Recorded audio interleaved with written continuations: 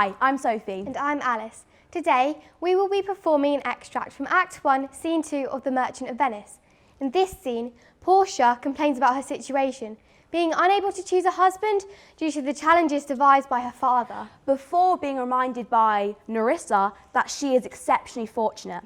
They then discuss the suitors that are lining up to take the challenge and the different way that Portia despises them. I will be portraying Portia, a wealthy and intelligent noblewoman who uses her brains to herself and others' advantage. While I'll be playing Nerissa, her lady-in-waiting, who shows just as much intelligence as her mistress and acts as a guiding light in this scene. Last year, we explored the relationship between Brutus and Cassius in the tragic history Julius Caesar, and the ways in which Cassius manipulates Brutus to his will. This year, we wanted to explore the relationships in a comedy, and The Merchant of Venice provides the perfect opportunity to explore complex relationships between Portia and Nerissa, one in which women are both able to speak openly and freely in a way that wouldn't often be seen at the time, while both having hugely different social class positions. The play is a romantic comedy with complex explorations of love, prejudice, justice, religion, and mercy. These are all such hugely important factors to create the central message of Merchant of Venice. Love is more important than money, mercy is better than revenge, and love lasts forever. Thank you. We hope you enjoy our performance.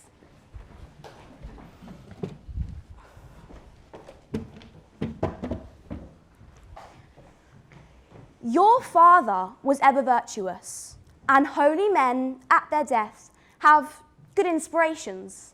Therefore, the lottery that he hath devised in these 3 chests of gold, silver, and lead, whereof who chooses his meaning, chooses you, will no doubt never be chosen by any rightly, but one who you shall rightly love. But what warmth is there in your affection towards any of these princely suitors are already come? I pray thee overname them, and as thou namest them, I will describe them, and according to my description, level out my affection. First, there is the Neapolitan prince. Aye, that's a colt indeed, for he doth nothing but talk of his horse, and he makes it a great appropriation to his own good parts that he can chew him himself. I am much afeard, my lady. His mother played false with a smith. Then is there the County Palatine? He doth nothing but frown, and who should say, and you will not have me choose?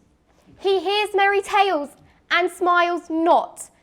I fear he will prove the weeping philosopher when he grows old, being full of so much unmannerly sadness in his youth.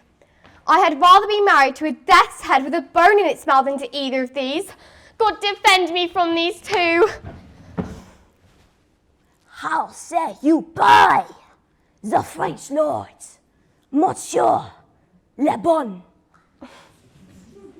God made him, and therefore let him pass for a man.